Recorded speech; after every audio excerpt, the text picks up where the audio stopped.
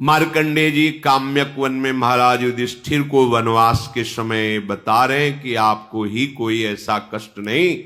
स्वयं भगवान श्रीहरि जब राम रूप में अवतरित हुए तो देखो उनका कैसा कैसा पावन चरित्र, कैसी कैसी भारी समस्याएं प्रकट हुई हैं। इसलिए महाराज आप दुखी मत हो। मार्कंडेय जी सुना रहे हैं भगवान राम का पावन चरित्र। प्रसंग चल रहा है, तीर्थराज प्रयाग पहुंच चुके हैं श्री भरत जी महाराज राम दर्शन हेतु। प्रयागराज जी की महिमा को जानते हैं भरत जी कि धर्म अर्थ काम मोक्ष सब कुछ देने में समर्थ है तीर्थराज प्रयाग। भरत जी ने कहा कि क्षत्रिय कुल में रघुवंश में जन्म हुआ, इसमें हाथ फैलाना निषेध है। पर मांगो भीख त्यागी निज धर्मो, आरत काहन करे कुकर्मु, अस जिय जानी सुजान सुदानी, सफल करहि जग जाचक बानी। हे तीर्थराज प्रयाग, मांगना मेरा स्वभाव नहीं है। मुझे जो जिस कुल में जन्म मिला है रघुवंश में, उसमें हाथ फैलाना स्वभाव नहीं। धर्म के विपरीत आचरण है, फिर भी आज मैं हाथ पसार कर आपसे भीख मांग रहा हूं। आप मुझे एक वरदान दीजिए जो आपके पास है। अर्थ धर्म काम मोक्ष ये मुझे नहीं चाहिए। अर्थ न धर्म न काम रुचि, गति न चहो निर्वाण, जन्म जन्म रति राम पद, यह बरदानु न आन। हे परम पावन तीर्थराज प्रयाग, आप कृपा करके मुझे आशीर्वाद दीजिए, मुझे भिक्षा दीजिए कि मेरे कर्म के अनुसार बार बार जन्म हो, जहां भी हो, मैं अपने प्राण प्यारे श्री राम जी के चरणों की अविरल भक्ति से युक्त हूं। प्रभु के चरणों का मुझे प्रेम प्राप्त हो। यद्यपि मैं साबित हो चुका कि स्वामी द्रोही हूं, भरत जी की अद्भुत प्रेम स्थिति है। क्योंकि कैकेयी जैसी मां मिली है, मैं ही निमित्त बना राम वनवास के लिए, मैं ही निमित्त बना महाराज दशरथ जी के प्राण त्यागने का हेतु बना। न राम जी वनवास जाते, न महाराज का अंत समय आता, उस सब का कारण मैं हूं।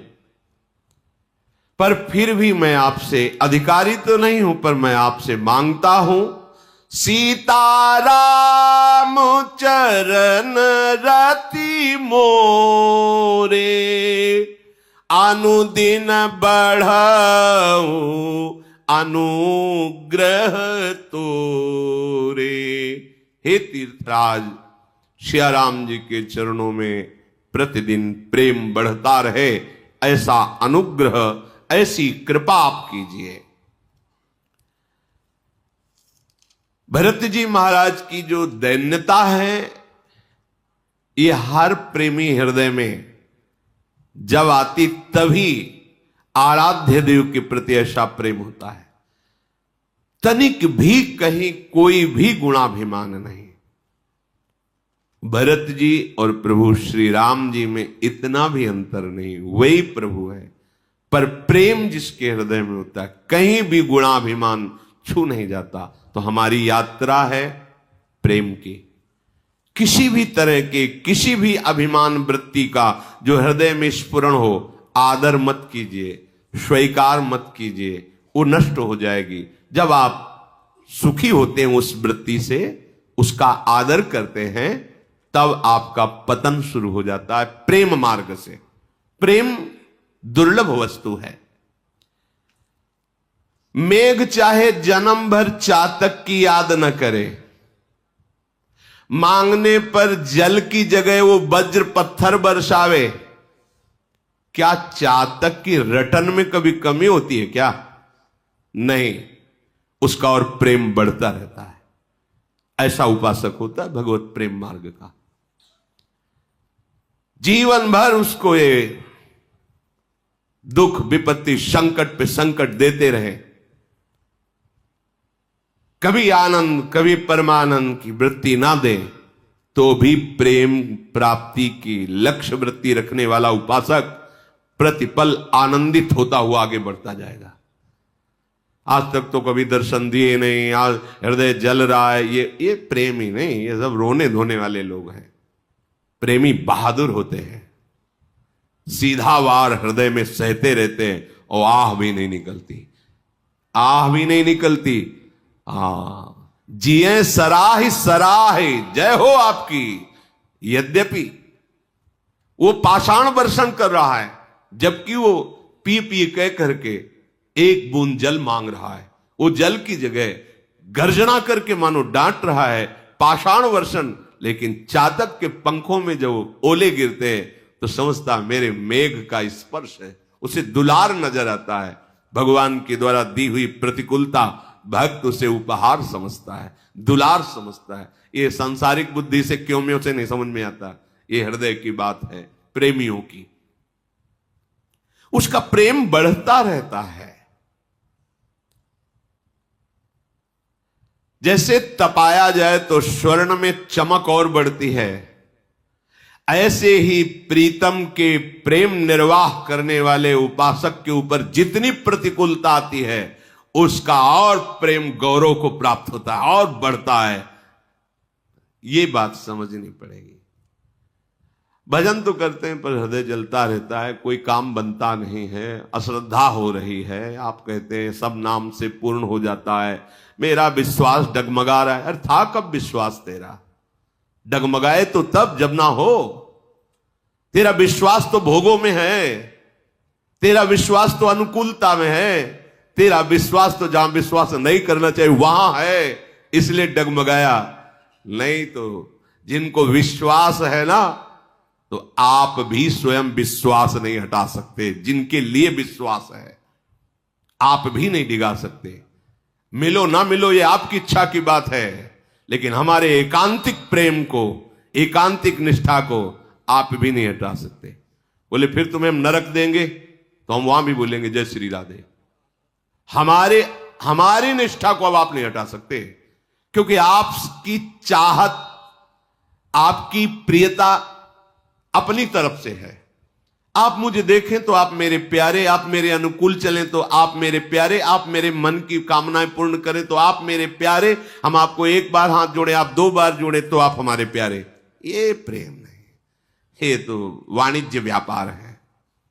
भगवान श्री कृष्णचंद्र जी के शब्दों में कि जो प्रेम करने वालों से प्रेम करते हैं वो तो व्यापार। आप हमें चाहते हैं, हम आपको चाहते हैं। हमारा जो प्रेम मार्ग है वो आपकी क्या इच्छा इससे नहीं कि आप हमें देखें, आप हमें दुलार करें, आप हमारे सामने हमारी बड़ाई करें, हमारे अनुकूल चले तो जय हो, आप हमारे प्रेमी। नहीं, आप हमारे सामने ही दूसरे को प्यार करें और सभा में धक्का मार के निकाल दें, मैं नहीं तुझे प्यार करता, फिर भी मैं तुम्हें प्यार करूंगा, फिर भी अपने जीवन को आपके ही चरणों में न्यौछावर करूंगा। चातक का उदाहरण दे रहे, पी पी कर रहा है, पानी की जगह वो ओले बरसा रहा है, गर्जना करके डांट रहा है, फिर भी वो कैसी निष्ठा। कुछ पक्षियों ने देखा उड़ता हुआ चातक जा रहा है, बोले आओ बैठ जाओ, थोड़ा विश्राम कर लो। बोले नहीं, ये वृक्ष जो है बाहरी जल से सींचा गया है, ये सीधे मेघ से सींचा हुआ वृक्ष नहीं है, इसलिए नहीं बैठूंगा, क्योंकि मैं मेघ से प्यार करता हूं। आगे बधिक ने देखा उड़ता जा रहा है, बाण मारा तो गंगा की धारा में गिरा, चोंच ऊपर कर ली। पक्षियों ने पूछा चोंच ऊपर क्यों किए? भागीरथी का पावन जल तेरी चोंच में चला जाएगा, तू पवित्र मुक्त हो जाएगा, कल्याण हो जाएगा। बोले नहीं, मेरा नाम चातक है, मैं सिर्फ मेघ से बरसे हुए जल को लेता हूं, मरते दम तक गंगा का एक बूंद भी अपनी चोंच में नहीं आने दूंगा। ये है, इसे कहते हैं प्रेमी।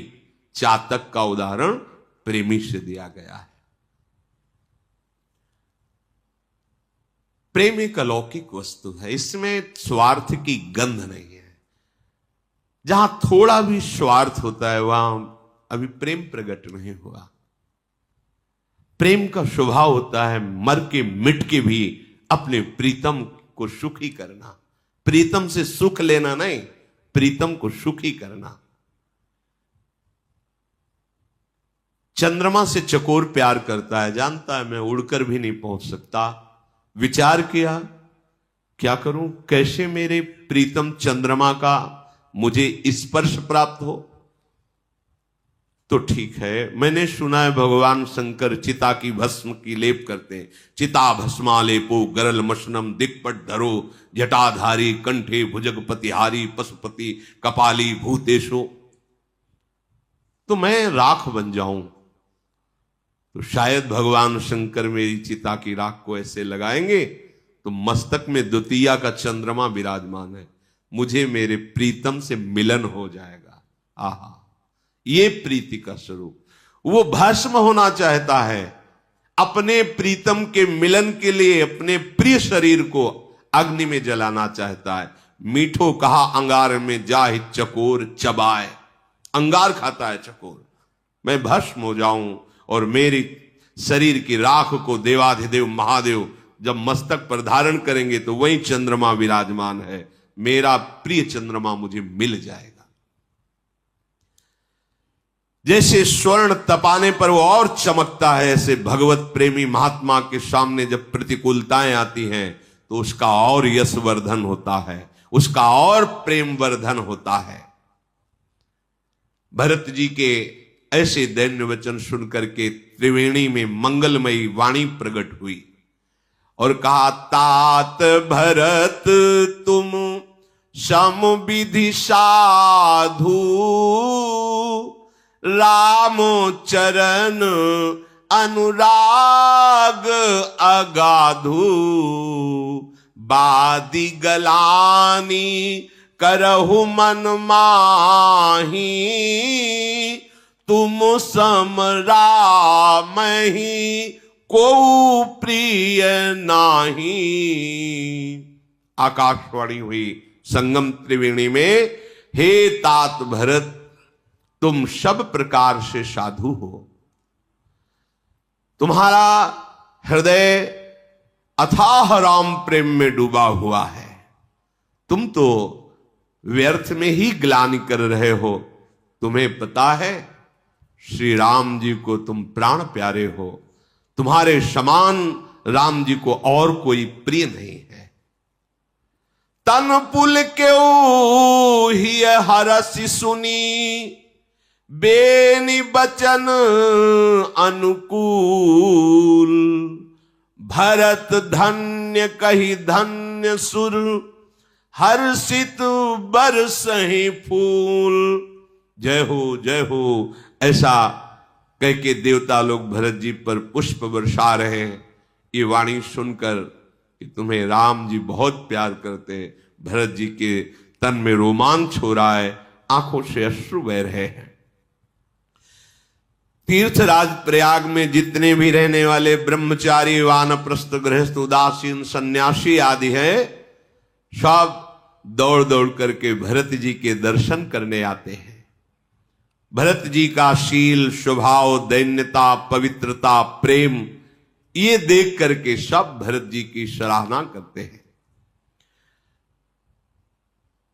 श्री भरत जी महाराज मुनियों के दर्शन करते हुए मुनिराज भरद्वाज जी के समीप आए, जहां भगवान पहले आए हुए थे। मुनि ने देखा कि भरत जी अश्रु पुलकित होकर दंडवत कर रहे हैं। भरत जी को दंडवत करते देखकर मुनि पुलकित होकर कह रहे, आज हमारा सौभाग्य उदय हुआ है। दौड़ पड़े प्रेम विवश होकर भरत जी को हृदय से लगा रहे, बहुत दुलार कर रहे, आशीर्वाद दे रहे।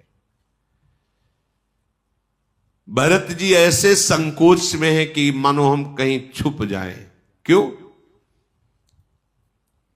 बड़ा सोच है कि अगर ये महर्षि हमसे कोई भी प्रश्न करेंगे तो मैं उत्तर नहीं दे पाऊंगा। बहुत दैन्यता में भरत जी। भरद्वाज ने कहा कुछ पूछने की जरूरत नहीं, मुझे सब पता है, आप संकोच मत कीजिए, आपको कुछ बोलने की जरूरत नहीं इस विषय पर। ये कैसे हो गया? क्या तुम्हारी सम्मति नहीं थी? क्या तुम्हें पता नहीं था कि तुम्हारे राज तिलक को लेकर श्री राम का वनवास निश्चित किया गया है? अगर ऐसे कुछ प्रश्न हुए तो मैं क्या उत्तर दूंगा? भरत जी भरद्वाज जी नहीं, सुनो, हमें सब कुछ पता है। भरद्वाज जी कह रहे तुम्हें ग्लानि नहीं करना चाहिए, ऐसा ही विधान है। इसमें कैकेयी का भी कोई दोष नहीं है, क्योंकि ऐसा विधान रचा गया है। उसी विधान में कैकेयी की भी बुद्धि है।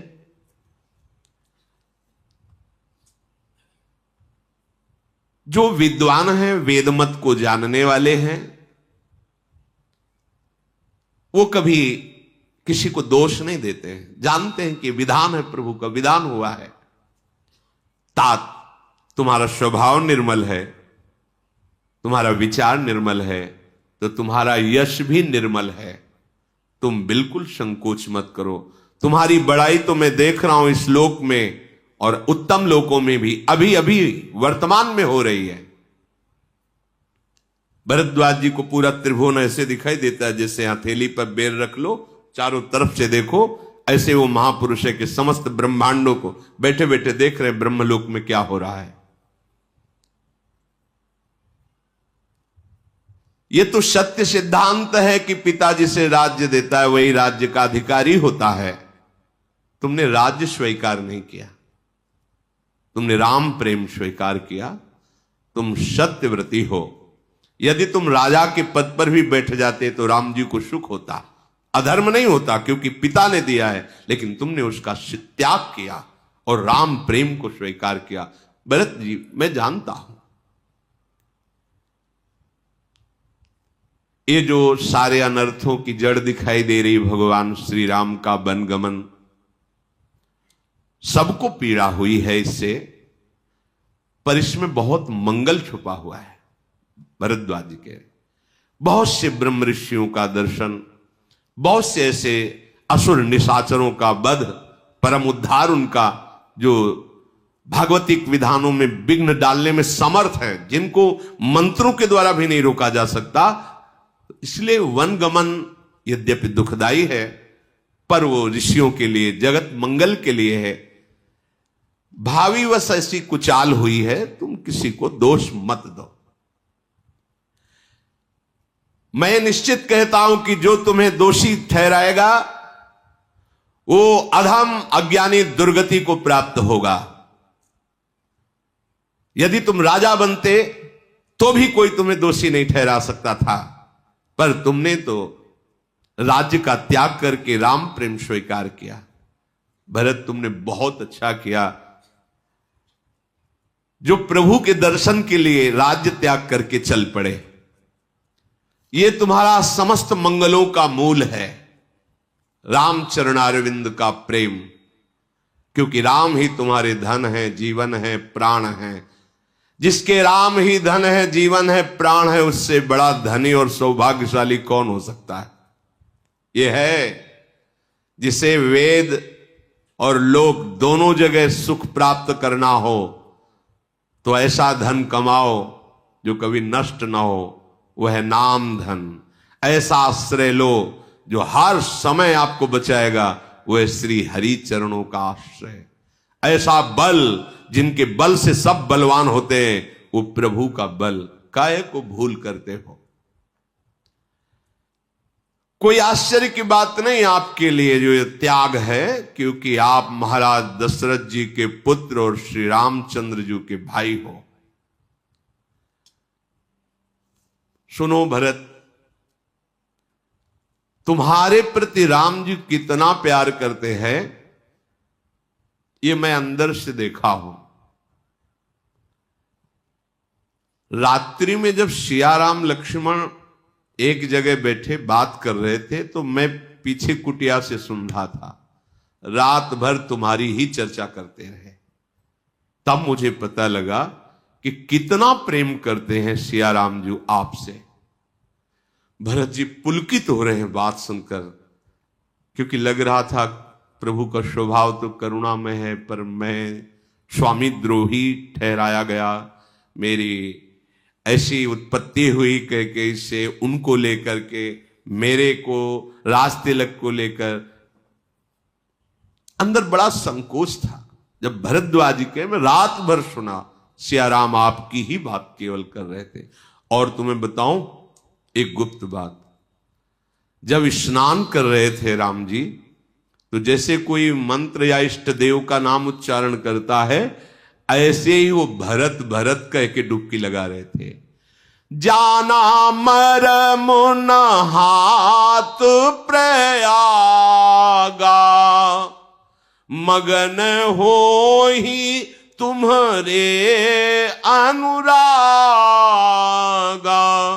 तुम्हारे प्रेम में डूबे हुए भरत भरत ऐसा कहते हुए डुबकी लगा रहे थे। ये मैंने देखा।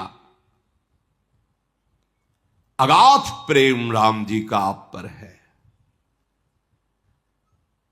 ये रघुनाथ जी की बड़ाई नहीं, ये स्वभाव है उनका। अगर कोई शरणागत हो जाए तो पूरे कुटुंब का उद्धार कर देते हैं। अगर कोई शरणागत हो जाए तो पूरे कुटुंब के भरण पोषण का भार ले लेते हैं पूरे। यह न अधिक रघुबीर बड़ाई, प्रणत कुटुंब पाल रघुराई। तुम तो भरत मोर मत येहू, धरे देह जनु राम सनेहू। कोई प्रभु का शरणागत हो जाए तो उसके कुटुंब का, पुरखों का, पितरों का भी उद्धार हो जाता है। प्रभु उसके परिवार के पालन पोषण का ठेका लेते हैं। कौन? अनंत ब्रह्मांडों का पालन पोषण करने वाले।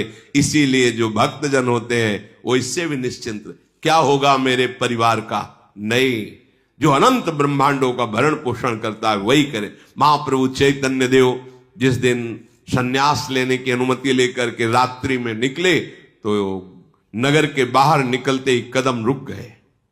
सोचा कि माता सची एकदम वयोवृद्धा और प्रिया जो विष्णु प्रिया जी एकदम नवीन, संसार से अनभिज्ञ, कैसे कैसे जीवन कैसे यापन। नहीं नहीं, विश्वम्भर भगवान सबका भरण, कूद गए गंगा में, पार हो गए। कोई दूसरा पानी देने वाला नहीं है। वयोवृद्ध माता है, नौ किशोरी है, नवीन अवस्था है, विष्णु प्रिय, संसार से एकदम अपरिचित, पर हरि प्रेम ने, यह केवल प्रेम की ही सामर्थ्य है। वो तो भगवान है, वो तो सब दिव्य लीला परिकर हैं, पर जो प्रभु की शरण में होगा उसको ये लौट के नहीं सोचना मेरे परिवार का क्या होगा, मंगल ही होगा। क्योंकि तुम सच्चे शरणागत हो तो तुम्हारे पूरे परिवार का भरण पोषण। यहां भी देखो, सरकारी हिसाब देखो, अगर आप सरकारी किसी विशिष्ट पद में हैं तो आपके परिवार के जैसे माता पिता है, फ्री यात्रा कर सकते हैं, ट्रेन में कर सकते हैं, काफी सुविधाएं होती हैं। फिर अनंत ब्रह्मांडों की सरकार में आपका शरणागतिपन, फिर वो आपको चिंता क्या करनी। प्रणत कुटुंब पाल रघुराय। और हे भरत, तुम तो मेरा मत है। भरद्वाज जी कह रहे कि राम का प्रेम ही मूर्तिमान भरत रूप में है, ये मेरा मत है, मैं अनुभव कर रहा हूं। तुम्हारे हृदय में अब कोई ऐसी भावना नहीं रहनी चाहिए कि कलंक मुझे लोग ठहराएंगे। ये सब के लिए राम भक्ति का प्रारंभ हुआ, श्री गणेश हुआ है कि आप जैसा प्रेमी, हे तात तुम्हारा यश निर्मल चंद्रमा है। प्रभु श्री राम कि जितने भी दास हैं वो सब कुमुद हैं, चकोर हैं। तुम्हारा यश रूपी चंद्रमा सदैव उदय रहेगा, कभी अस्त नहीं होगा, और घटेगा बढ़ेगा। ये जो दोष चंद्रमा में है वो इस चंद्रमा में नहीं, ये सदैव केवल बढ़ेगा ही बढ़ेगा। हे भरत, त्रैलोक्य में तुम्हारा यश छाएगा। क्योंकि तुम भगवान के प्रेमी हो।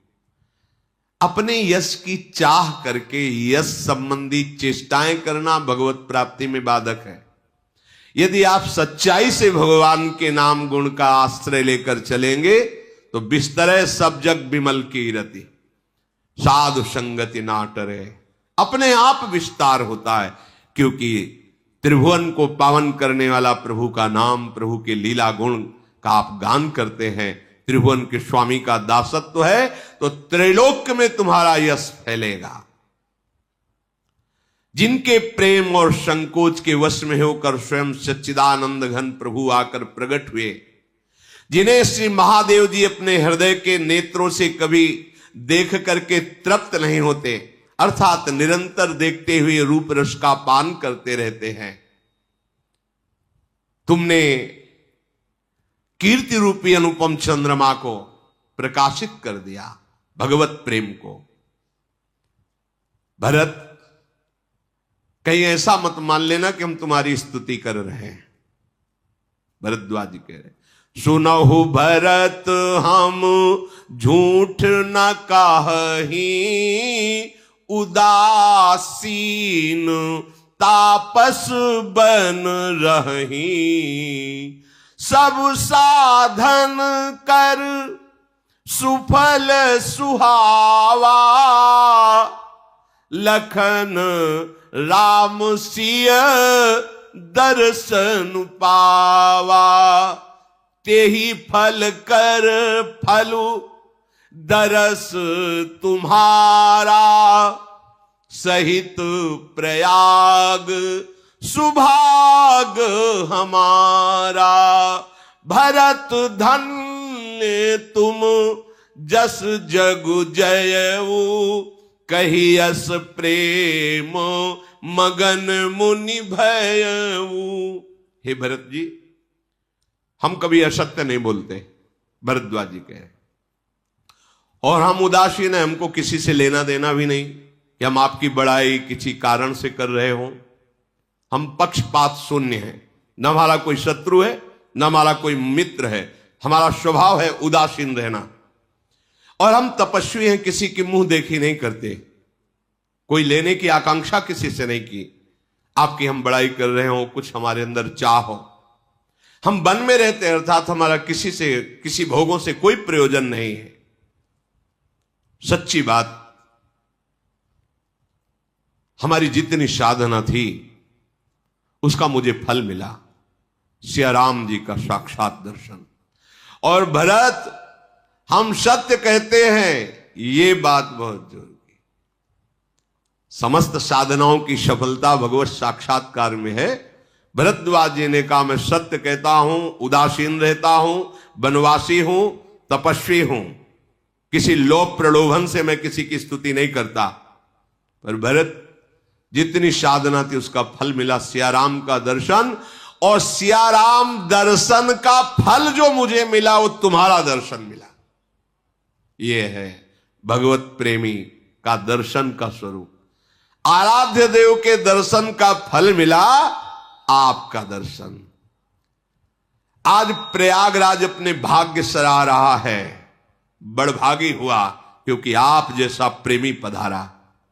भरत, तुम धन्य हो, तुमने सारे जगत को जीत लिया है। ऐसा करके भरद्वाज जी प्रेम मगन हो गए।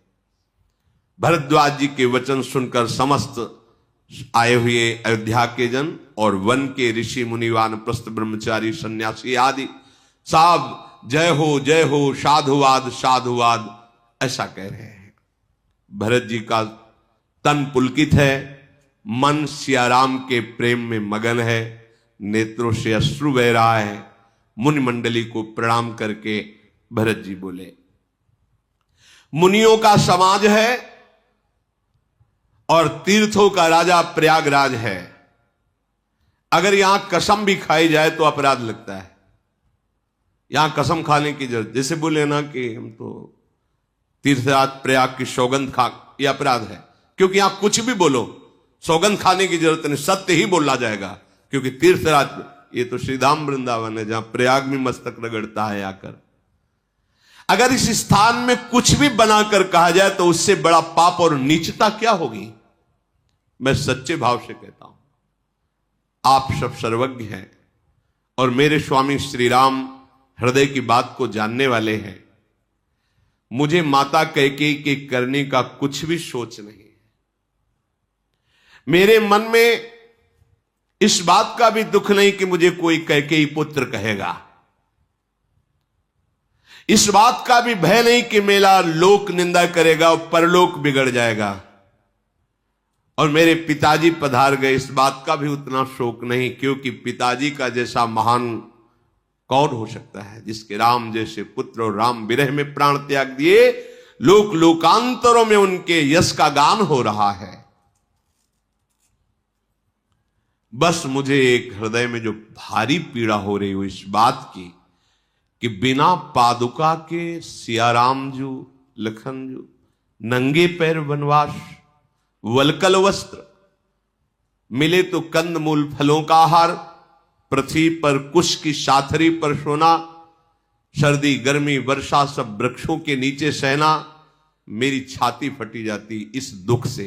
ये मैं सब सह लूंगा, ये मैं सहन नहीं कर पा रहा कि मेरे आराध्य देव, मेरे प्राणाराध्य राम सिया ऐसे।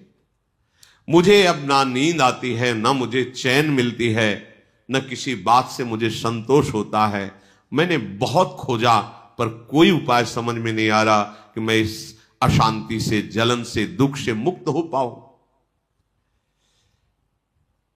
14 भुवनों में मुझे कुछ अब सुख शांति नजर नहीं आ रही। ये मेरे लिए सारा का सारा कुठाट ही लग रहा है। यदि आप सबकी कृपा से श्री राम जी राज्याभिषेक स्वीकार करें और लौट आवें तो अयोध्या बच जाएगी, मेरे प्राण बच जाएंगे और ये जलन मिट सकती है, अन्यथा दूसरे कोई उपाय से नहीं। भरत जी के वचन सुनकर सब सराहना करते हैं। भरद्वाज जी ने कहा, सोच मत करो, तुम्हें रघुनाथ जी के जब दर्शन होंगे तो ये जलन मिट जाएगी, देख लेना। भरद्वाज जी ने अपनी ऋषि मंडली के द्वारा कंदमूल फल एकत्रित करवाए थे, वो सब समर्पित किए, पर हृदय में बड़ा संकोच है भरद्वाज जी के कि इतने बड़े अतिथि पधारे हैं, पूरे अयोध्या के सब सैनिक, अयोध्यावासी सब, और कंदमूल फल जंगली, उनसे क्या होगा। इतने में ही समस्त सिद्धियां हाथ जोड़कर खड़ी हो गई भरद्वाज जी के सामने और कहा कि मैं बहुत समय से आपकी आज्ञा का इंतजार कर रही थी, पर आपने दृष्टिपात ही नहीं किया, क्योंकि सिद्धियों को स्वीकार स्वसुख वांछा के लिए करने से भगवत प्राप्ति में बाधा हो जाती है। ये सिद्धि कोई अच्छी चीज नहीं है, माया का आखिरी बाण है जिसमें तपस्वी उपासक को गिरा दिया जाता है। कई तरह की सिद्धियां होती, दूसरे के मन की बात को जान लेना, बहुत दूर की बात को सुन लेना, एक समय में कई जगह उपस्थित हो जाना, जहां प्रवेश द्वार है ही नहीं वहां से निकल जाना, बहुत तरह की सिद्धियां होती हैं। एक भी सिद्धि स्वीकार कर ली जाए तो भगवत प्राप्ति में बाधा हो जाती है। रिद्ध सिद्धि पेरे बहु आई, बुद्धि लोभ दिखावे भाई, होए बुद्धि जो परम सयानी, तीन तन चितई न अनहित जानी। ये अनहित करने वाली हैं, भगवत प्रेम नहीं प्राप्त होने देंगी। जो बड़े बड़े योगियों में ऐसा कुछ, वो कोई सम्मान के लिए नहीं, स्वाभाविक सेवा में सिद्धियां उपस्थित हैं, वो सम्मान के लिए नहीं, स्वीकार करना एक अलग चीज हो जाती है। हमने भ्रमण के समय कई संतों के चरणों के दर्शन किए हैं, जो सिद्ध महापुरुष, ऐसी सिद्धियों के ब्रह्मबोध संपन्न महापुरुष, तो समझ ही नहीं पाएंगे आप। ये ऐसी ऊंचाई की सिद्धि है कि इसके लिए तो बहुत गुरु कृपा, भगवत कृपा चाहिए, तब उस संतों को पहचान पाओगे। नहीं, उनकी बालवत चेष्टा आप जान ही नहीं सकते कि त्यागी बैरागी किस कोटि के महापुरुष है। ऐसे किया, पूरी सभा सुगंध से युक्त हो गई। आप बोलिए कौन सी सुगंध चाहिए? ऐसे किया सुगंध, ऐसे किया, चांदी के सिक्के, सोने के सिक्के गिरते चले जा रहे हैं भरी सभा में। बड़े से कई ऐसे चमत्कार। और वो सिक्के किस काम में आएंगे? बैंक में तो बहुत जमा है, बैंक है ना, इतने चमत्कार से क्या होगा? हम तो उसकी उपासना कर रहे थे जिसने एक पलक झपकते ही अनंत ब्रह्मांडों को रच दिया, और उसको हम प्रेमाधीन करना चाहते थे, हम उसके सानिध्य को प्राप्त करना चाहते थे। और लग कहां गए? जादू वाले भी तो दिखाते थे, जो बड़े जादूगर होते हैं वो एक नोट दिखाएंगे और सैकड़ों उसी से निकाल देंगे। कई ऐसे लोग तालियां पीटते हैं। तो जादूगर और हम में अंतर क्या रह गया? क्या अंतर रह गया? कई तरह के जादू गांव में छोटे मोटे तो देखे ही है। वो लोग ऐसे मनोरंजन करते हैं ना, हाथ में रुपया दिया, कान में मारा और कान से रुपया निकाल दिया। कई ऐसे दृश्य। ये कोई बड़ी बात नहीं है। माया के द्वारा रचित पदार्थों को दर्शन करा देना या कोई अलौकिकता है, कोई खास बात। साधु का चमत्कार क्या होता है? हम कैसे जाने के साधु चमत्कारी है? हमारा विषयी मन जो भोगों में रत है, पापाचरण में रत है, बलात् उसे खींचकर प्रभु के नाम रूप लीला धाम में लगा देना, यह महात्मा का चमत्कार होता है। यह चमत्कार किसी और सिद्धि से नहीं होता, ये केवल भगवत चरणारविंद की अनन्य निष्ठा से होता है, दूसरा कोई और चमत्कार है क्या? उसका महत्व क्या है? देख नहीं रहे हो? सूर्य चंद्र ये सब चमत्कार ही तो है मेरे मालिक का, इससे बड़ा चमत्कार क्या होगा? फैक्ट्रियां लगी हैं जहां इत्र की, कन्नौज में, तो जब गंगा किनारे भ्रमण कर रहे थे तो उधर रास्ता नहीं था, तो ऊपर से चढ़ के निकलना पड़ता था। जो फैक्ट्री की नालियां निकल रही थी उनसे सौरभ निकल रहा था, क्योंकि इत्र की। आप सोचो हमारे प्रभु के श्रीअंग का कैसा सौरभ होगा? हम उसको प्राप्त करने के लिए निकले हैं। अगर ऐसे ऐसे करने से कोई सौरभ निकलता है, कौन सी बड़ी बात है? 2, 4, 6 महीने भूत प्रेतों के मंत्र अगर आप सिद्ध कर लो तो बैठ के एक पूज्य भाई जी महाराज घटना बताते थे कि जो जाता उनके मन की सारी बात बता देते। और बहुत सी ऐसे चमत्कार वृत्तियां। वो एक थे तो जो भाई जी से किसी ने कहा कि बहुत सिद्ध महापुरुष हैं और उनके पास जाओ तो नाम लेके पुकारते हैं, अमुक। आश्चर्य हुआ ना कि हमने तो नाम लिखाया नहीं, फिर भी नाम बता रहे।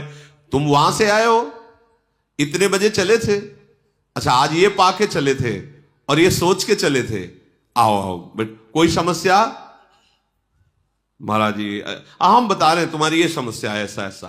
बोले महाराज वो तो सर्वज्ञ भगवान है वो। भाई जी फिर गए। भाई जी महाराज तो भगवत चरणारविंद के प्रेम रस की सिद्धि के प्राप्त महापुरुष। जब वो अपनी सभा से निवृत्त हुए, सभा के पीछे गए, तो भाई जी ने कहा आपका बहुत यश सुना, बहुत नाम सुना, तो आपके दर्शन हेतु आए। महापुरुषों का एक प्रभाव होता है, वो अंदर से कांप रहे थे। अरे नहीं नहीं आप क्या कह रहे हैं, हमारे दर्शन क्या, हम तो नाटक करते हैं। बोले नाटक कहां, तुम तो सत्य बात बता देते हो अमुक जगह से। बोले मैं नहीं बताता हूं। ऐसे गमछा ऐसे डाले हुए थे, गमछा हटाया और कहा देखो एक बिष्ठा का थोड़ा सा, बिष्ठा का यहाँ एक ऐसे गोला सा करके ऐसे रुई में बंधा हुआ। बोले ये देखो इसमें यक्षिणी बैठी हुई है, मेरे कान में यक्षिणी सिद्ध किया है और वो मुझे कान में सब बता देती है, तो मैं बता देता हूं मेरे में। बोले नाम जब भजन कुछ, ये तो कुछ है नहीं। भाई जी ने फिर लिखा कि उनकी दुर्गति हुई। जब अंतिम समय आया तो यक्षिणी से पूछा कि मैं कहां मरूंगा, क्या? तो उनका तुम्हारी दुर्गति होगी। तो भागे नर्मदा जी की तरफ, तो उठा के पटक दिया कि जीवन भर हमको अधीन रखा है, हमसे जानकारियां ली, अब जीवन भर तुझे मैं अधीन रख। मार दिया उसे, यक्ष बना लिया, अपने साथ रख लिया। कहीं छोटे मोटे मंत्रों की आराधना करके जैसे भूत प्रेत आज छोटी मोटी सिद्धियां, ये सब नहीं। भगवान की अविरल भक्ति से बढ़कर कोई सिद्धि नहीं, कोई परम लाभ नहीं। अच्छे से समझ लो, इस सिद्धि से सब सिद्धि प्राप्त हो जाती है। सब सिद्धि का मतलब कोई चाह ही नहीं रह जाती, सब रूपों में प्रभु है ऐसा अनुभव हो जाता है। अब किसको चमत्कार दिखाना, क्या चमत्कार दिखाना? भगवान के नाम में जितनी सामर्थ्य सी किसी भी सिद्धि में सामर्थ्य नहीं। एक बार ब्रज के दर्शन हेतु श्री नामदेव जी महाराज, ज्ञानदेव जी महाराज, बड़े महामहिम ज्ञानदेव जी महाराज तो अपार सिद्धियों से परिपक्व, अभी नवकिशोर अवस्था है, और 1400 वर्ष का चांगदेव योगी, वो सिंह पे बैठ के काले नाग की चाबुक लेके अपना प्रभाव दिखाने के लिए तो चबूतरे में बैठे थे ज्ञानदेव, तो जड़ चबूतरा चल पड़ा। तो वो उतर करके साष्टांग प्रणाम की कि हम तो चैतन्य सिंह को, चैतन्य सांप को वश में कि ये तो जड़ चबूतरा चढ़ पड़ा। तो जब नामदेव जी और ज्ञानदेव जी ब्रजमंडल के दर्शन है, तो एक जगह प्यास लगी तो सूक्ष्म रूप रखा, ज्ञानदेव जी ने कुएं से जल पी के आ गए। नामदेव जी से कहा कि हमको तो ऐसा कुछ लगता नहीं, कोई ऐसी सिद्धि नहीं, पर इतना जानते हैं कि प्रभु के नाम में अपार सामर्थ्य। विठ्ठल विठ्ठल विठ्ठल, कुएं का जल उठना, सामने से कुएं का जल बहने लगा, चुल्लू में बह। सब सिद्धियों से बड़ी सिद्धि नाम, जो नामी को अधीन कर ले। छोटी मोटी प्रकृति की वस्तुओं की बात क्या, तो कह दे कि फिर ऐसे भजनानंदियों को साधारण आदमी थप्पड़ मार के चले जाते हैं, निंदा कर देते हैं, अवहेलना कर देते हैं, उनको तो भस्म हो जाना चाहिए। नहीं, नाम ये सामर्थ्य देता है भक्त को कि बड़े से बड़े अपराध करने वाले का भी मंगल हो, अमंगल ना हो। ये तुम पार्थिव बुद्धि से नहीं समझ पाओगे। ये नाम की महिमा है। वो नाम जापक जो महापुरुष भगवत अनुराग के मार्ग का पथिक है, उसकी इसी बात में कसौटी है कि दूसरा उसका अपमान करे और वो उसका मंगल करे। इसलिए उमा संत कहे इह बड़ाई, वो मंद करत जो करे भलाई। वो मंद कर रहा है, वो उसकी भलाई कर रहा है। समस्त रिद्धिया सिद्धिया सुनि रिधि सीधी, अणिमादिक आई आयसु हो ईसो करही गोसाई। रिद्धियां सिद्धियां हाथ जोड़कर खड़ी हो गई और भरद्वाज जी से कहा कि आज तक मैं आपकी केवल आज्ञा की बाट जो हो रही थी, आज अवसर है, यदि आप आज्ञा कर दे तो मुझे सेवा मिल जाएगी। भरत जी की, अयोध्या वासियों की सेवा मिल जाएगी, और सब विरह में हैं। मैं ऐसे सुख की वृत्तियां प्रकट करूंगी जिससे इन सब का विरह शांत हो जाए।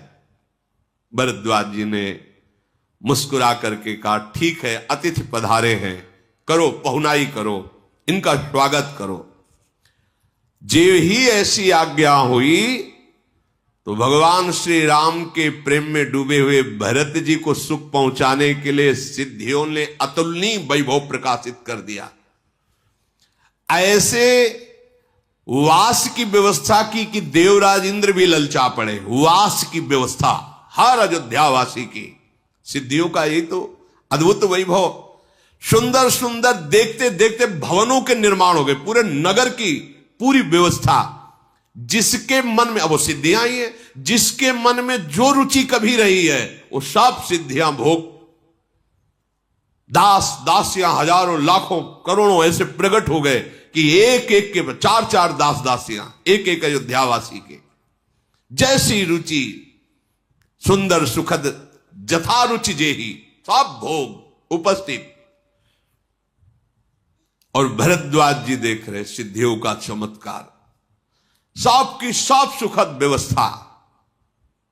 सब अयोध्यावासी मुनि का तपोबल देखकर सराहना करते हैं। भरत जी मुनि का प्रभाव देख रहे कि इंद्र वरुण यम कुबेर इन लोकपालों को भी जो सुविधा नहीं, वो अयोध्यावासियों को सुविधा दे रहे हैं। भरद्वाज जी अपने तपोबल से प्रकट हुई सिद्धियों से सुख की सामग्री ऐसी लुभायमान है, सुख समाजु नहीं जाई बखानी। आगे शब्द, देखत बिरती विसारहि ज्ञानी। जो ज्ञान विज्ञान संपन्न है, ऐसा सुख सामग्री है कि उनका वैराग्य भूल जाए, ये सिद्धि है।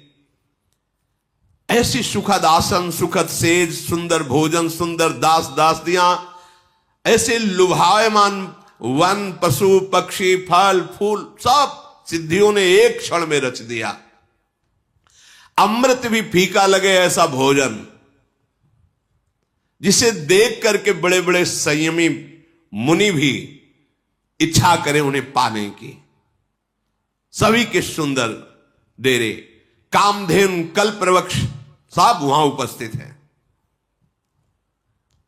बसंत ऋतु का प्रभाव, शीतल मंद सुगंध वायु, जो चाहिए भरद्वाज ऋषि की तरफ से धर्म अर्थ काम मोक्ष, माला चंदन सुंदरी, जो सब भोग, सब अयोध्या वासियों के लिए। ऐसा भोग विलास जिसका वर्णन नहीं किया जा सकता। पर राम विरही जनों को ये भोग आकर्षित नहीं कर पाए। सुंदर सैया में भी लेटे हा राम हा राम। किन्हीं किन्हीं को तप का प्रभाव, सिद्धियों का प्रभाव थोड़ा हर्ष दिया, थोड़ा सा, पर फिर राम विरह ने अपना अधिकार जमा लिया, हा राम हा राम।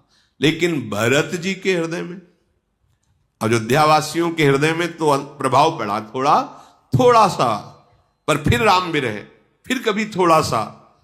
लेकिन संपत्ति चकई भरत चक, मुनि आय सुखिलवार, तेहि निसी आश्रम पिंजरा, राखे भाभिनुसार। ये सब सिद्धियों का विलास चकवी है और भरत जी चकवा है, और मुनि का ये खिलवाड़ जो है, आश्रम रूपी पिंजड़े में मानो दोनों को बंद कर दिया। पर चकवी चकवा का कभी रात में मिलन नहीं होता। एक पिंजड़े में बंद कर दो तो ये इधर मुख ये रहेगी, ये इधर मुख ये रहेगी। तो बोले भरत जी की प्रति भरद्वाज जी की आज्ञा रूपी खिलवाड़ से सिद्धियों ने समस्त भोग वैभव रचा, लेकिन रात भर कोई भी प्रभाव किसी सिद्धि सुख का भरत जी के हृदय पर ऐसे नहीं पड़ा जैसे खिलवाड़ में एक पिंजड़े में चकवा चकवी को बंद कर दिया जाए तो एक इधर मुख उधर मुख। अर्थात राम विरह में रात भर आंसू टपकते रहे। ये सिद्धियों का चमत्कार कुछ भी हृदय में तनिक भी आकर्षण नहीं पैदा कर पाया।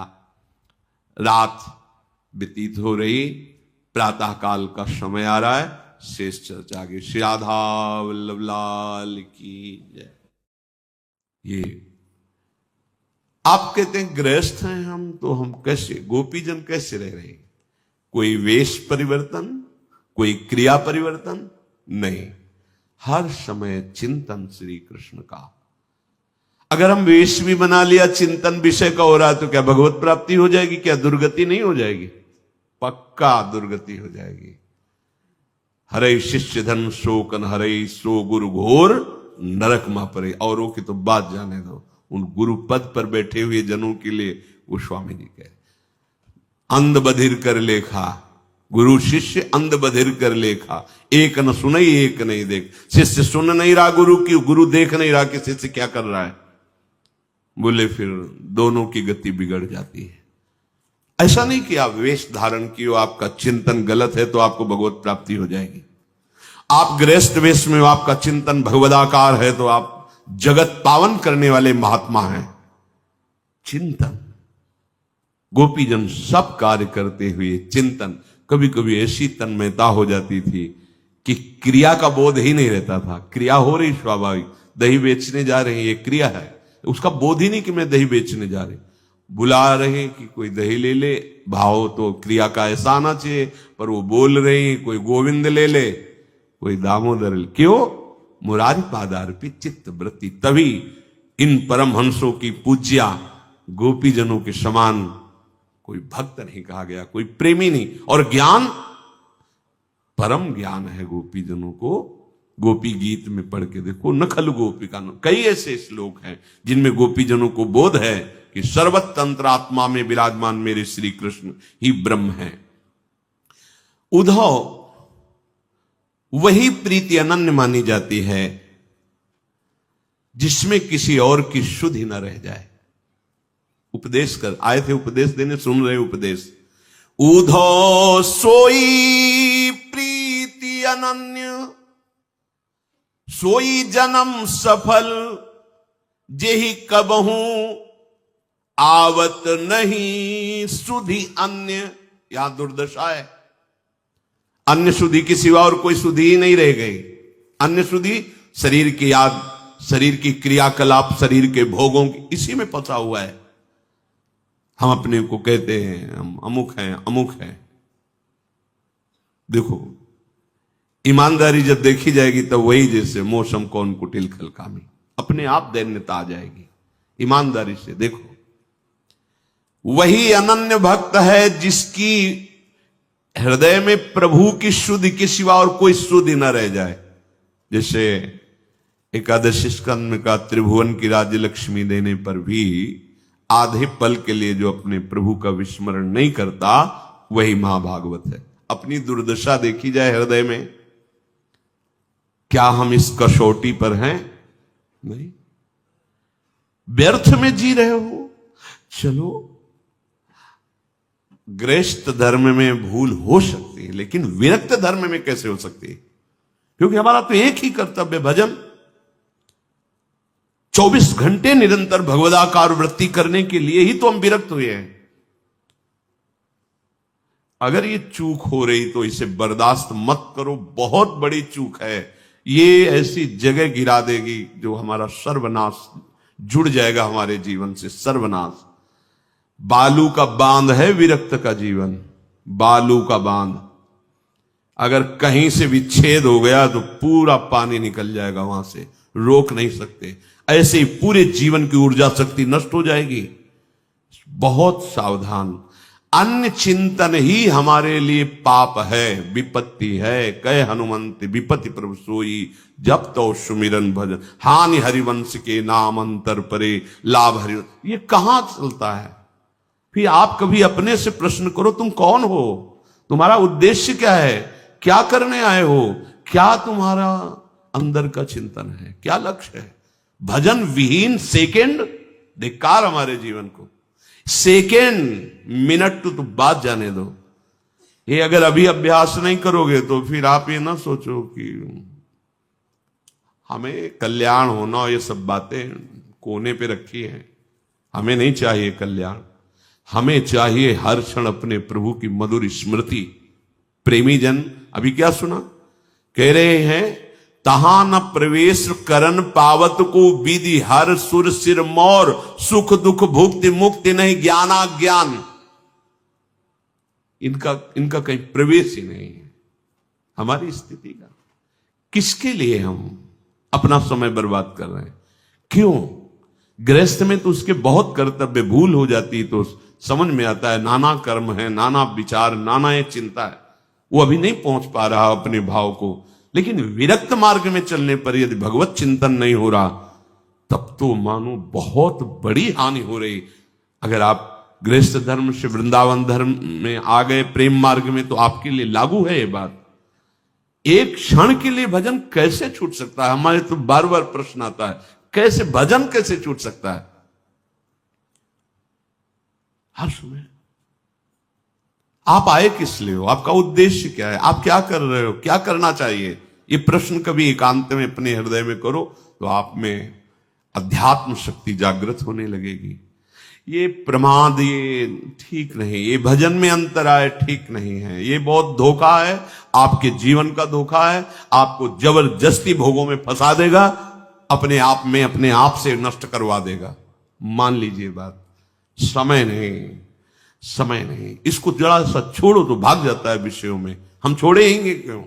हम तो जैसे बलवान दुश्मन जो हमें बहुत पीटता रहा है, अब एक बार कृपा शक्ति के द्वारा हमें इसके ऊपर गर्दन दबाने का अवसर मिला है, चढ़ बैठे। अब नहीं छोड़ेंगे। अगर अब उठा तो बहुत बुरी तरह पछाड़ेगा, मारेगा। कितने जन्म तक पीड़ा नहीं मिटेगी, पक्का समझ लो।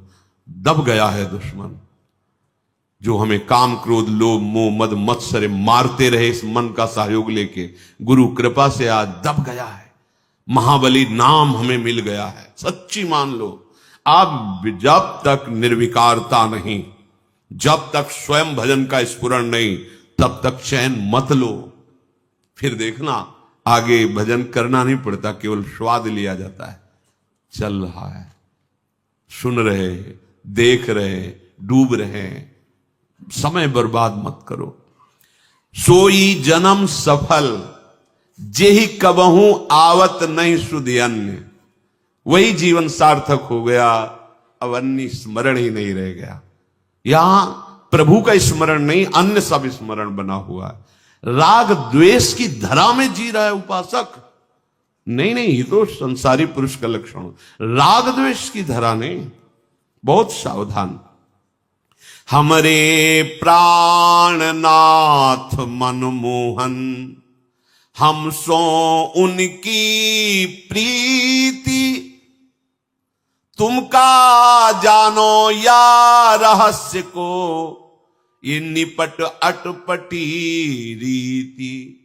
उधो हमारे प्राणों के नाथ तो श्याम सुंदर है, बस एक प्रीति हमारी उन्हीं के चरणों में, स्थिति वर्णन कर रही।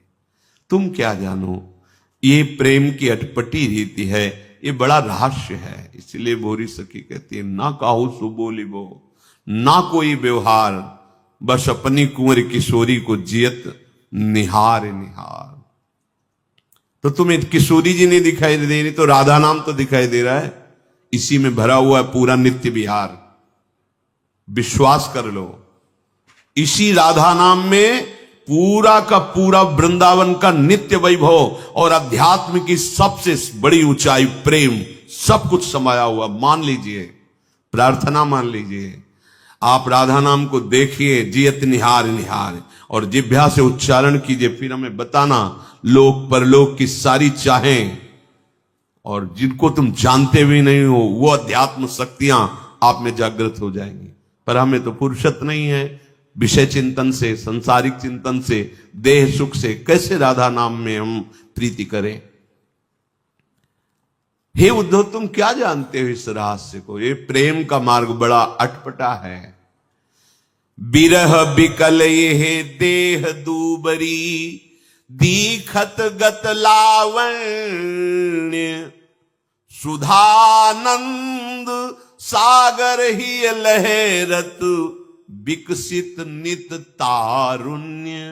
ये तुम बाहर से देख रहे हो कि विरह, विकलता, शरीर कृश हो गया है, चेहरे की लावण्य हट गया है, पर तुम ये नहीं देख पा रहे कि जहां मेरा नित्य तारुण्य बढ़ रहा है, आहा, मेरा नव किशोरी रूप तुम नहीं देख पा रहे हो, जो विकसित हुआ है।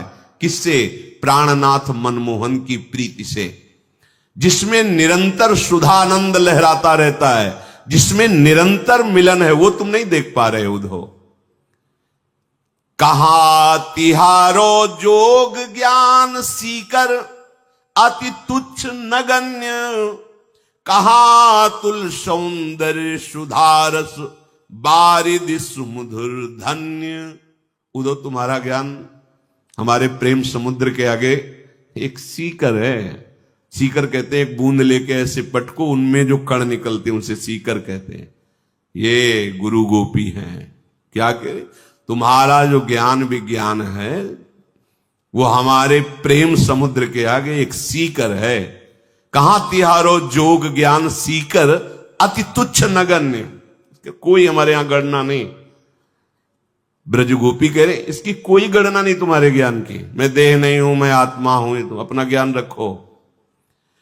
ये अतुल सौंदर्य, ये प्रेम सुधारस बारिध समुद्र, ये सुमधुर धन्य कर दिया हमको, धन्य कर दिया।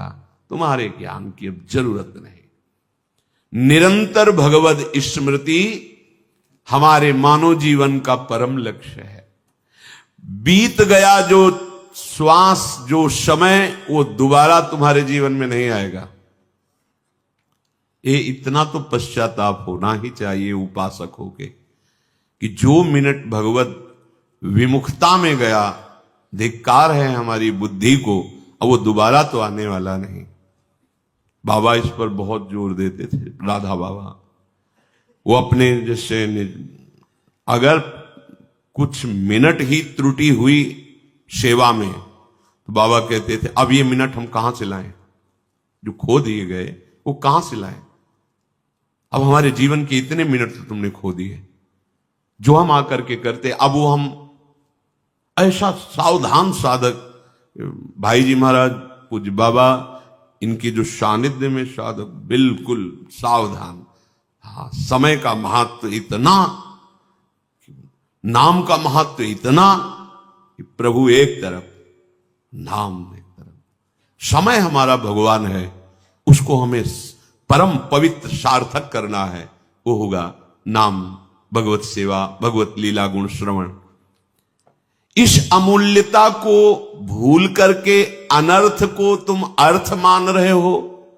हमें लगता है मूर्खता भी मिटी नहीं, क्योंकि तुम मिले हुए परम समय को व्यर्थ के कार्यों में खो रहे हो। ऐसे कर्म कर रहे हो जिनका परिणाम समय नष्ट हुआ, जीवन नष्ट हुआ, और आगे जीवन नष्ट करने वाला जीवन मिलेगा। कुछ नहीं कर सकते जब आप नाली के कीड़ा बनेंगे, जब आप पशु बनेंगे, कुछ नहीं कर सकते, परवश रहोगे। अभी आप भजन करके स्वतंत्र हो सकते हो, माया मुक्त हो सकते हो। बड़ी दुर्दशा है। ये सुअवसर मिला है आपको, जन्म जन्म तक इसकी हानि की पूर्ति नहीं कर पाओगे। मानव देह में यदि भजन नहीं किया, भगवत प्राप्ति नहीं की। मान लीजिए जब भजन नहीं होता तो पाप निश्चित होता है, पाप का फल नरक यंत्रणा, फिर अन्य तिर्यक योनियों में जन्म होता है, फिर बाद में रोने धोने से कुछ नहीं होगा। अभी संभाल लो, चेत जाओ। जीवन का प्रत्येक क्षण केवल नाम जप करते हुए कर्म करो, भगवत प्राप्ति निश्चित हो जाएगी, जीवन सफल हो जाएगा। तुम्हारे पास 3 चीजें हैं, शरीर, मन और वाणी। अगर इनको तुमने जगत में ही केवल भगवत विमुख होके लगा दिया तो दुर्गति, और जगत में लगाए हुए भगवान का स्मरण किया तो सदगति। सीधी बात है। इन तीनों के द्वारा अच्छे बुरे कर्म होते हैं या भागवतिक कर्म होते हैं। तुम सत्संग प्राप्त कर रहे हो, अहो भाग्य है। तो शरीर से, मन से, वाणी से बुरे चिंतन, बुरे कर्म, बुरी बातें दूर हो जानी चाहिए। एकमात्र परम पुण्य भगवान नाम स्मरण, इसके बराबर कोई पुण्य नहीं। एक आदमी पूरे भारत के तीर्थों का अवगाहन करे और एक बैठ करके नाम जप करे तो उसकी 16वें अंश के बराबर भी उसके पुण्य नहीं होंगे, नाम जापक के जो होंगे। एक बहुत यज्ञ करे, एक जप यज्ञ करे, तो बहुत यज्ञ उसकी बराबरी नहीं कर सकती। कोई भी कार्य नाम के बराबर नहीं है। नाम में बड़ी सामर्थ्य है। अतएव शरीर को भगवत सेवा में, मन को भगवत चिंतन में, और वाणी को भगवत नाम कीर्तन में, भगवत कथा कीर्तन में निश्चित मनन होने लगेगा प्रभु का, और हमारा जीवन सार्थक हो जाएगा। अब ये जन्म नहीं जाना चाहिए, इसलिए जो बने सो बने, नहीं तो नाम न छोड़ना। नाम पकड़ लिया तो सब। हम जब पूछते हैं और ये उत्तर मिलता है कि नहीं चल रहा, तो बहुत दुख होता है। भाई, ये सब सेवाओं का फल है आंतरिक चिंतन बनना। आप लोग सावधान क्यों नहीं? सावधान जैसे बहुत कीमती वस्तु हमारे पास हो तो हम थोड़ी थोड़ी देर में देखते रहते हैं, है ना? ऐसी अमूल्य है भगवान नाम, जो प्रभु को खरीद सकता है, खरीद सकता है। और यही जीवन हमें मिला है केवल जपने के लिए। हम पशु जीवन में नहीं जप पाएंगे। हम जड़ भरत जी जैसी स्थिति नहीं कि हिरण के शरीर में भी साहब हरी घास का भी त्याग करके, सूखे पर्ण पाकर, पत्ते पाकर और नाम जप करते हुए गंडकी नदी में खड़े हैं। इतनी ऊंची स्थिति के महापुरुष चूक हो गई तो हिरण बन गए, पर हिरण के शरीर में भजन कर ले गए। अपनी सामर्थ्य मनुष्य शरीर में तो भजन नहीं कर पा रहे, और अन्य योनियों में क्या तो सबसे प्रार्थना है, जो बने सो बने, और ना बने तो राधा राधा राधा राधा, सब कुछ प्राप्त हो जाएगा। सब कुछ मान लो, ये मत देखो कहां लिखा है कहां नहीं लिखा है। हम छाती की बात कहते हैं, और जितना लिखा पड़ा है वो रस ग्रंथ है, तुम्हारी दृष्टि वहां पहुंची ही नहीं। तुम तो केवल राज वैभव देख रहे हो भगवान का। जैसे उद्धव जी कह रहे तुम्हारे नयन अधूरे, गोपीजन नहीं कह रहे उद्धव तुम्हारे नयन अधूरे, तो हम कह रहे हैं यदि राधा नाम में प्रीति नहीं, राधा नाम का परिचय नहीं, तो तुम्हारो ज्ञान अधूरो। प्रेम के बिना क्या? प्रेम सांद्रानंद घन प्रेम मूर्ति, आओ प्रेम ग्रंथों का अवलोकन करो पास बैठकर। भगवत रसिक रसिक की बातें रसिक बिना कुछ समझ सके ना। राधा नाम तुम लो, तुम्हारी दुर्गति वाले जितने आचरण हो सब हम भोगेंगे, चिंता मत करो। विश्वास तो करो तुम, हम किसी बल से युक्त होकर बोल रहे हैं, ऐसे तुम्हें कोई फंसाने के लिए नहीं बोल रहे। क्या दे दोगे? क्या दे दोगे? हमारी स्वामिनी के पास जो वैभव है ना, किसी यहां क्या लोकपाल के पास, ब्रह्मा के पास, अखिल कोटि ब्रह्मांड नायक जहां मोर मुकुट रखते हैं, उन चरणों की ठसक है। जागृत स्वप्न सुसुप्ति स्फुरत में राधा पदाब्ज छटा, ये वो राधा पद है जहां परम पद झुकता है। परम पद है लाल जी, उन्हीं के। तुम्हें ऐसा हो ना, तुम राधा राधा राधा वृंदावन में बैठे कह रहे हैं, अगर तुम्हें दुर्गति होगी तो दुर्गति मेरे को, तुम्हें नहीं होगी। बस तुम राधा राधा, दवाई है यार। किस संप्रदाय की है दवाई पूछते हो क्या? दवा को पूछते हो किस जाति की, किस कुल की, कहां कैसे लिया और खाया? बस तुम दवा मानकर भव रोग की अचूक औषधि राधा राधा राधा। ये यहां की बात कह रहा हूं, जो कुछ पंक्तियां निकली थी यहां की थी। राधा नाम है जीवन हमारा, राधा नाम प्राण आधार है। देखा है, राधा नाम है कर्ता विधाता, राधा नाम पालनहार है। राधा नाम सबका पूज्य है। क्यों? सब हरि का पूजन करते हो, हरि राधा नाम का। यन नामांकित मंत्र जापन परा प्रीत्या स्वयं माधव। राधा नाम सबका पूज्य है, राधा नाम का पूजन करें। राधा नाम के ही ध्यान से हम शुद्ध अपना मन करें। राधा नाम के जप ध्यान से प्रेम बढ़ता जाएगा। राधा नाम ही हमें प्रेम में निकुंज में पहुंचाएगा। पूरा का पूरा ये चिंतन करी हुई बात, ये श्री आचार्य चरण प्रताप से देखती हुई बात कह रहा हूं।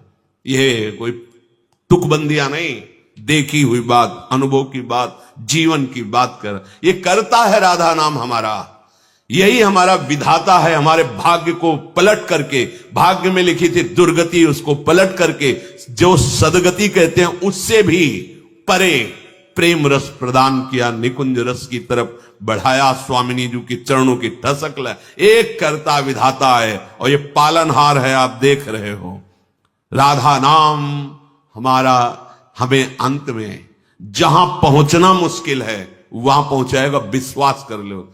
अपार बल है राधा नाम में, अपार। सब भाई जी महाराज बोलते हैं कि लालजू महाराज से बात हुई भाई जी महाराज की, तो उन्होंने कहा कि ये राधा नाम ऐसा है कि कोई सुना के मुझे खरीद सकता है। राधा नाम मेरा निश्चित मूल्य है, भाई जी महाराज ने अपने पद में लिखा है।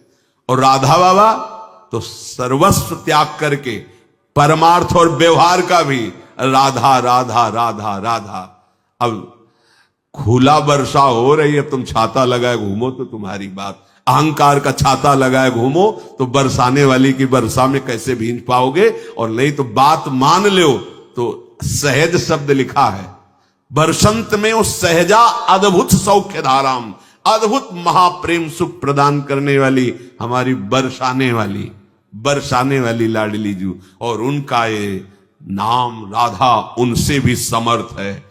महाप्रेम रस छुपा हुआ है। जब प्रेम प्राप्त हो गया तो और सिद्धियां और वैभव की बात ही क्या। इसलिए राधा राधा, जो भी कार्य करो राधा राधा, इसी से परम सुख, परम लाभ, परम सिद्धि और भगवत प्राप्ति। संख्या नहीं बता रहे, जितना बने तुम उतना जप करो, प्रमाद मत करो। यही तुम्हें गलत आचरणों से बचा लेगा, यही तुम्हें दुर्गति से बचा लेगा। विश्वास करो। इसके लिए हमने कह दिया कि तुम राधा जपो और परिणाम में तुम चिंता मत करो। वो हम किनके बल पर कहते हैं? अपने आराध्य देव के बल पर, अपने आचार्य के बल पर कहते। तुम जपो राधा नाम, कि इसे ना देखो कि किस राधा ये कोई, अरे श्री जी लालजू की ओर, लालजू ही तो सब अनंत ब्रह्मांडों में फैले, तो हम सब श्री जी लालजू के ही तो है ना। इसलिए राधा राधा राधा राधा राधा। तो कृष्ण का जो रूप आपने वेदों में, पुराणों में नहीं देखा, वो रूप यहां निकुंज में है, वो रूप नहीं, किसी के ध्यान में आने वाला नहीं। मुनि मन ध्यान धरत ने, वो राधा नाम तुम्हें दिखाई देगा। खरीद लोगे लालजू महाराज को, बिल्कुल। अब कैसे तुम्हें क्या करें, बस यही लिखता है कैसे तुम्हें समझ में आ जाए राधा राधा। ये कोई तुम राधा राधा जपोगे, मंगल तुम्हारा होगा, पर मंगल के लिए परम मंगल ये राधा नाम है। अब यही लगता है एक बार तुम समझ जाओ, केवल जो तुम्हें गुरु मंत्र मिला जपो, जितना जप पाओ, जो तुम्हें साधना बनती बनाओ। नहीं, राधा राधा राधा राधा राधा राधा, जैसे जैसे राधा राधा रटोगे वैसे वैसे मुरली में राधा नाम गाते हुए अखिल कोट ब्रह्मांडों के इस सौंदर्य माधुर्य निधि झलकने लगेंगे, झलकने लगेंगे। ओ हृदय की बात, जैसे उद्धव जी से कहते तुम्हारी दृष्टि नहीं जा रही इसलिए तुम नहीं देख पा रहे हो, वो जब दृष्टि आएगी तो तुम अपने हृदय में देख लोगे राधा नाम का क्या प्रभाव है। श्री राधा वल्लभ लाल की।